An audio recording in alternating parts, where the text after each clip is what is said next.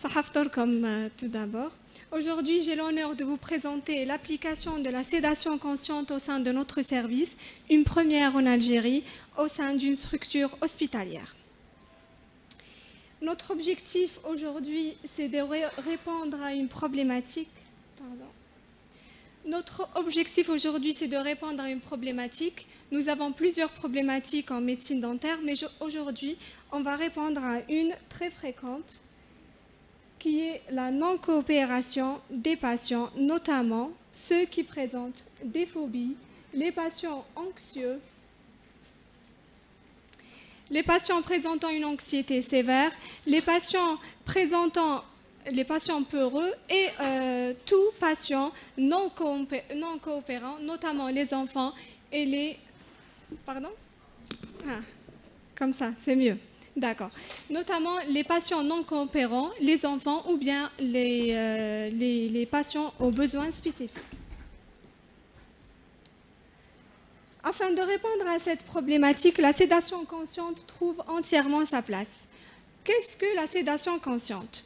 Est définie comme étant un niveau de légère dépression de la conscience au niveau du système nerveux central qui permet aux patients de conserver les réflexes de protection des voies aériennes, donc ça permet de conserver ce réflexe protecteur pharyngé et aussi de répondre aux stimulations physiques et au commandement verbal, contrairement à l'anesthésie générale où le patient est complètement endormi, donc il ne répond pas à nos commandements et il perd ce réflexe protecteur pharyngé. Afin de rendre cela possible, la sédation consciente est obtenue par inhalation d'un mélange entre le protoxyde d'azote et l'oxygène. Qu'est-ce que le protoxyde d'azote ? Mais avant cela, on va voir l'histoire de sa découverte qui est vraiment très passionnante, où on retrouve toujours la notion de la dent et du dentiste. Le premier à avoir découvert le protoxyde d'azote est Joseph Priestley en 1770, quand il a découvert aussi l'oxygène. Il a défini le protoxyde d'azote comme un gaz bon à respirer. Après cela vient Humphrey Davy en 1800, où il a découvert sa caractéristique de gaz hilarant. À l'âge de 21 ans, il a inhalé ce gaz par hasard. Il n'a pas cessé de rire. Et de là, Humphrey Davy a proposé ce gaz qui rendait les gens joyeux à la catégorie bourgeoise de la population, notamment aux hommes qui n'arrivent pas à avoir la paix avec leurs femmes.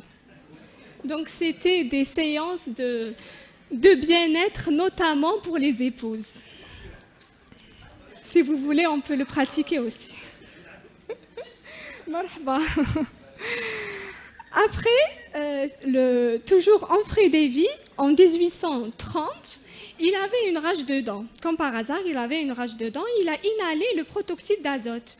Il a pu découvrir, ou là il a vu qu'il a des caractéristiques antalgiques. D'un seul coup, sa dent ne lui fait pas mal. Donc il a édité son premier livre sur l'effet antalgique du protoxyde d'azote grâce à une rage dentaire.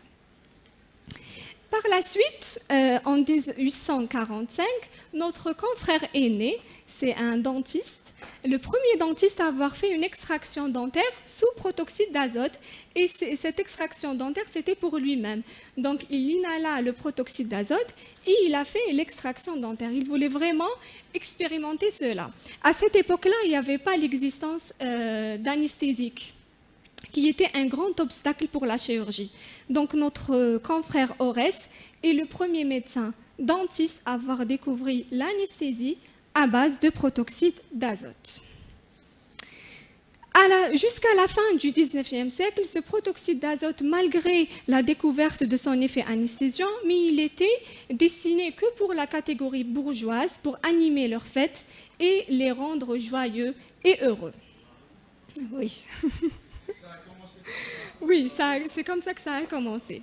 Puis en 1980, l'histoire est vraiment, on voulait vraiment faire le point sur l'histoire car elle est très captivante.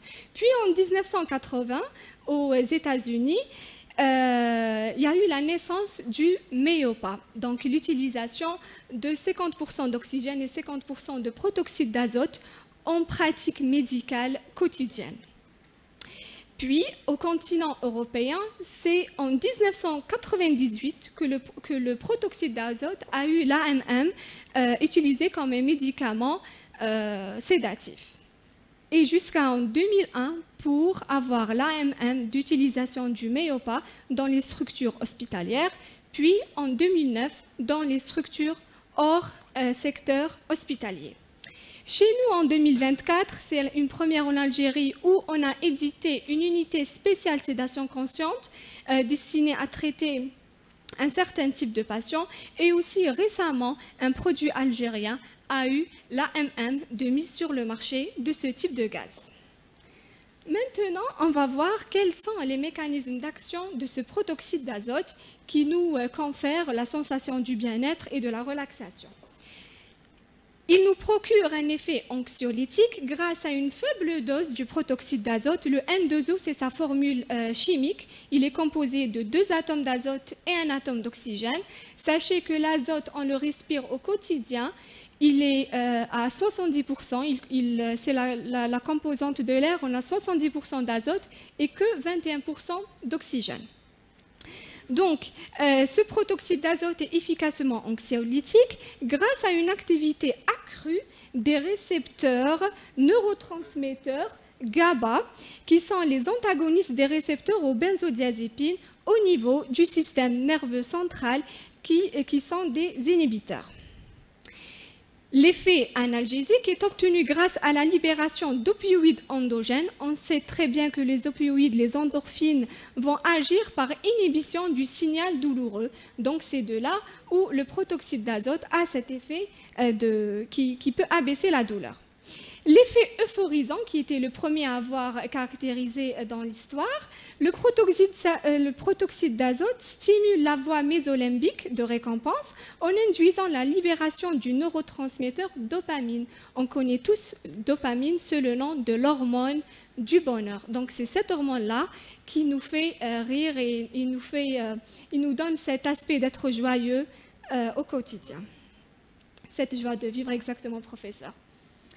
Maintenant, quelles sont les indications de cette sédation consciente? Donc, c'est la réponse à notre problématique qui est la difficulté de prendre en charge des patients présentant une anxiété liée aux soins dentaires, des patients aux besoins spécifiques qui n'ont pas du tout la notion de communication, donc qui ne sont pas coopérants, procédures invasives ou inconfortables, patients ayant un réflexe nauséeux exacerbé, en pédiatrie notamment chez les enfants, et aussi chez tout patient chez lequel l'anesthésie générale est contre-indiquée.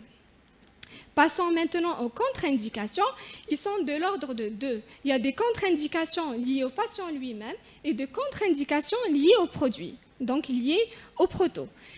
Les contre-indications liées aux patients sont les traumatismes faciaux. Si un patient a subi malheureusement un traumatisme de la face, on ne pourra pas lui insérer un masque. Les claustrophobes, donc ils ne vont pas supporter aussi le masque au niveau du visage. Les patients tout simplement refusant cette sédation. Les désordres de personnalité, les patients qui présentent les bipolaires, voilà. Les patients présentant la bipolarité et aussi les obstructions nasopharyngées. Un simple rhume, par exemple, contre-indique l'utilisation du MEOPA. Il est enrhumé, donc il ne pourra pas inhaler ce gaz, il ne pourra pas être sédaté. Par la suite, les contre-indications liées au protoxyde lui-même, c'est l'insuffisance respiratoire sévère, les antécédents récents de pneumothorax, les emphysèmes, l'atteinte de l'oreille moyenne, l'hypertension intracrânienne, les patients ayant reçu un gaz ophtalmique en deçà de 3 mois, notamment le déficit en vitamine B12, les occlusions intestinales et les embolies gazeuses. On retrouve toujours des problèmes au niveau pulmonaire car c'est un gaz qui a une excellente diffusion respiratoire. Maintenant, le vif du sujet, comment peut-on administrer ce protoxyde d'azote? Quelle est la méthode afin de réaliser cette sédation consciente? En fait, on a 2 méthodes. La plus connue, c'est le Meiopa, mais il existe aussi la titration. Le Meiopa, c'est quoi en réalité? Le Meiopa, c'est un mélange équimolaire d'oxygène et du protoxyde d'azote. Équimolaire veut dire 50%, 50%. Donc, dans une seule et unique bouteille, on retrouve les deux gaz déjà mélangés et prêts à l'emploi. On retrouve la bouteille, puis la bouteille reliée à un ballonnet par l'intermédiaire d'un tuyau qui va dégager ce gaz, et le masque nasal ou bien le masque naso-buccal. Et bien sûr, il est impératif d'avoir un tuyau d'évacuation du gaz. La deuxième technique qui est la titration au protoxyde d'azote. C'est quoi la titration au protoxyde d'azote? Selon l'ADA, l'American Dental Association, la titration se définit, la titration de tout médicament, se définit comme étant l'administration de doses progressives d'un médicament, en l'occurrence le protoxyde d'azote, afin de moduler les effets de la sédation. Ça veut dire on a deux bouteilles distinctes. Ça veut dire qu'on a deux bouteilles distinctes, une bouteille d'oxygène, 100% d'oxygène, et une bouteille de 100% de protoxyde d'azote. Comment mélanger ces deux-là? C'est la technique de titration et la technique utilisée aux États-Unis. Aux États-Unis, ils n'utilisent pas le Meiopa. Ils utilisent la titration depuis 1980. Donc, ils disposent d'un chariot où on peut mettre une bouteille d'oxygène ici et l'autre bouteille de protoxyde de l'autre côté. Pour les mélanger, il nous faut un débitmètre mélangeur avec deux sorties. Une sortie oxygène et une sortie protoxyde d'azote. C'est grâce à ce mélangeur qu'on peut mélanger les deux gaz et à des pourcentages libres à nous de choisir le pourcentage. C'est juste qu'il ne faut jamais, jamais dépasser 30% d'oxygène et 70% de protoxyde d'azote. On ne peut pas y aller en deçà de 30% d'oxygène, sinon le patient risque une hypoxie. Maintenant, on va comparer entre les deux techniques. On a la technique de titration qui demande deux bouteilles. Le Meiopa, très facile à utiliser, une seule bouteille et ça fera l'affaire. La titration nécessite un débitmètre mélangeur. Par contre, le Meiopa nécessite qu'un tuyau et un masque nasal ou nasobuccal et un ballonnet. Par contre, l'avantage de la titration, c'est d'ajuster progressivement le protoxyde d'azote. Par exemple, il y a des patients, si on introduit 50% de protoxyde et 50% d'oxygène, il ne sera pas bien sédaté. Par contre, avec la titration, on peut augmenter la dose. Le dosage est adaptable. Le Meiopa, le dosage est non adaptable. Eux aussi, pour la titration, la disponibilité de l'oxygène à l'état pur. Donc, si le patient présente une complication pendant l'acte, on pourra directement diminuer le taux du protoxyde et augmenter le taux d'oxygène. Maintenant, passons aux précautions d'emploi de cette technique qui est la sédation consciente. Le patient ne doit pas être à jeun, mais il est préférable de le prendre en charge à distance des repas. Le minimum, c'est 2 heures. Pourquoi? Pour éviter justement les vomissements. Si le patient prend aussi un traitement dépresseur du système neurocentral, les morphiniques ou les benzodiazépines, si on rajoute la sédation au protoxyde d'azote, on risque d'une somnolence accrue. Et aussi, il faut une surveillance clinique continue. Il ne faut pas perdre de contact le patient, sinon arrêt de l'inhalation. Il faut que le masque soit étanche et le gaz doit être inhalé pendant toute la procédure dentaire. Maintenant, on va voir les avantages et les inconvénients de cette technique. Comme avantage, on a une rapidité d'action. Dès qu'on introduit le protoxyde d'azote, 2-3 minutes, le patient déjà commence à avoir les signes de sédation. Récupération rapide, dès qu'on enlève le masque, le patient récupère son état initial. Sécurité de prise en charge, réversibilité et simplicité d'administration, notamment avec le Meiopa. Une seule bouteille et on a réglé le souci. et le coût moins élevé, bien sûr, par rapport à l'anesthésie générale. Et le grand avantage de la sédation consciente, c'est l'état de conscience du patient. Le patient est conscient et non pas inconscient comme dans l'anesthésie générale. Par rapport aux inconvénients, on a les inconvénients relatifs aux patients, notamment les patients non coopérants. Déjà de base, il n'est pas coopérant. Donc comment je pourrais, lui, mettre le masque? Il ne va pas me laisser. Par exemple, relative au personnel médical. Le personnel médical qui est en contact journalier avec le protoxyde d'azote, il y aura des effets délétères d'exposition fréquente. Il y a des études qui parlent d'effets tératogènes, notamment pour les femmes qui utilisent le protoxyde d'azote d'une manière vraiment très, très continue. Et aussi relative au matériel, ça nécessite un investissement, soit le méopa ou bien la titration.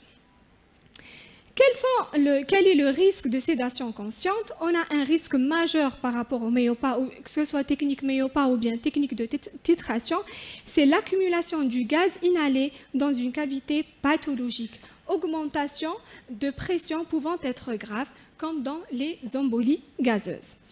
Aussi, l'usage détourné de ce gaz. On retrouve souvent sur Internet le gaz hilarant et dangereux. Regardez bien.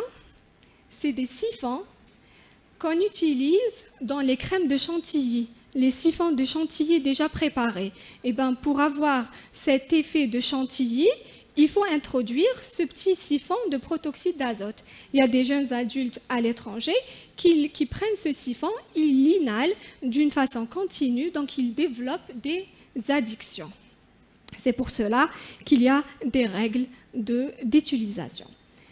Maintenant, par rapport à son application, l'application de la sédation consciente en Algérie au sein de notre service de pathologie chirurgie orale au CHU de Beni Messous, l'indication est posée spécifiquement pour les patients aux besoins spécifiques. Car chez ces patients-là, la sédation consciente n'est pas un luxe, mais c'est une nécessité. Si on ne sédate pas ces patients, ils ne pourront jamais avoir accès à des soins dentaires.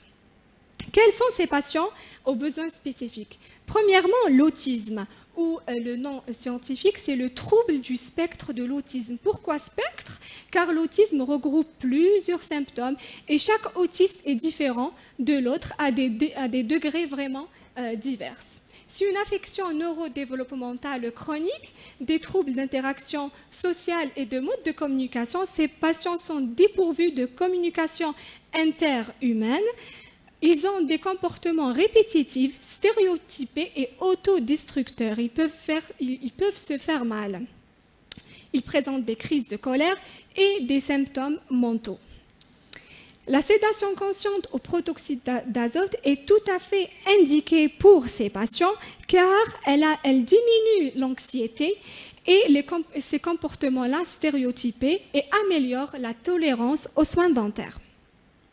La deuxième indication dans notre service, c'est l'informité motrice cérébrale, les patients IMC, anciennement appelés IMC, maintenant cette pathologie est appelée paralysie cérébrale. C'est un trouble moteur non progressif lié à une lésion au niveau du cerveau, au niveau de la période anténatale, postnatale ou quelques jours après la naissance. Ces patients-là présentent des mouvements involontaires et une raideur musculaire, on l'appelle spasticité, et des troubles neurologiques, un retard mental. C'est pour cela qu'on ne pourra pas les prendre en charge normalement sans sédation consciente. L'apport de la sédation consciente au protoxyde d'azote chez cette catégorie de patients facilite la réalisation des soins dentaires en réduisant l'anxiété, les mouvements involontaires et l'inconfort sans dépression respiratoire.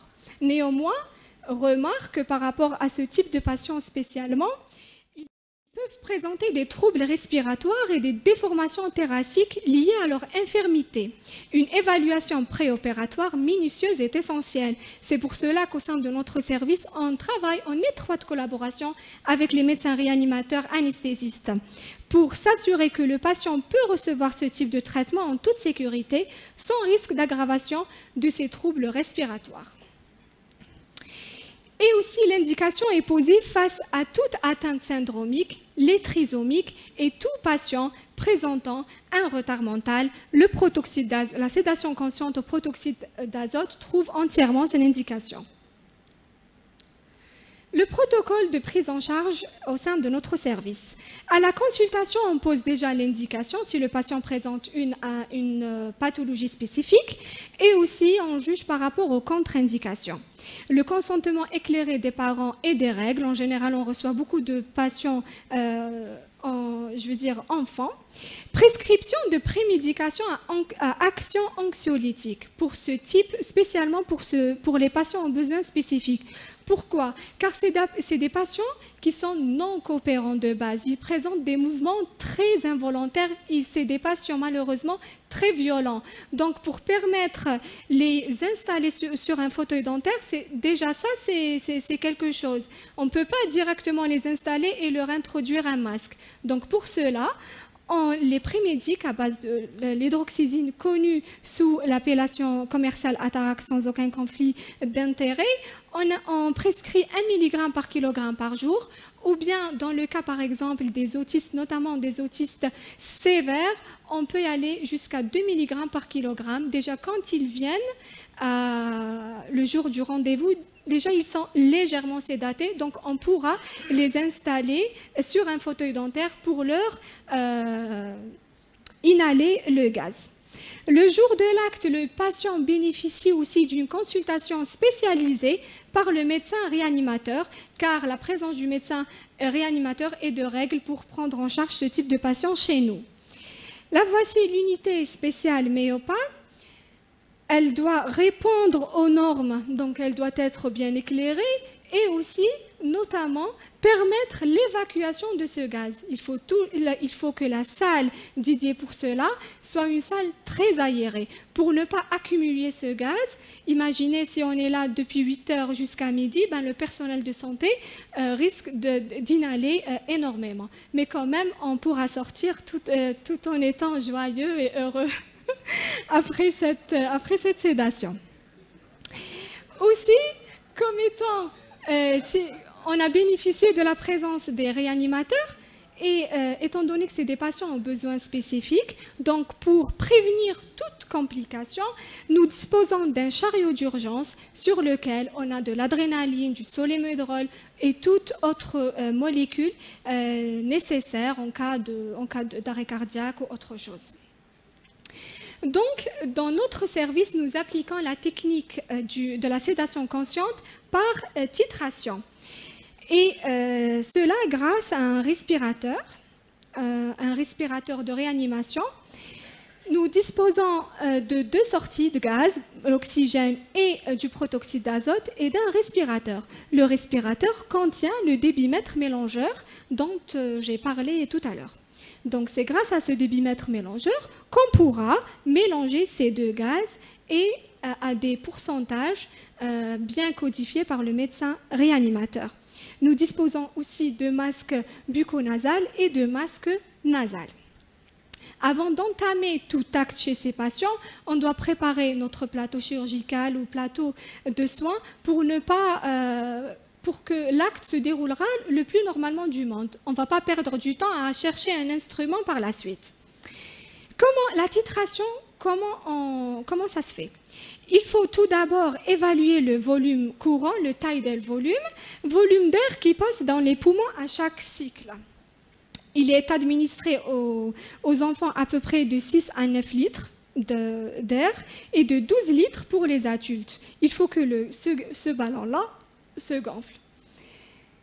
Alors, ça c'est le cas de la patiente âgée de 52 ans présentant un retard mental et un état psychique très altéré.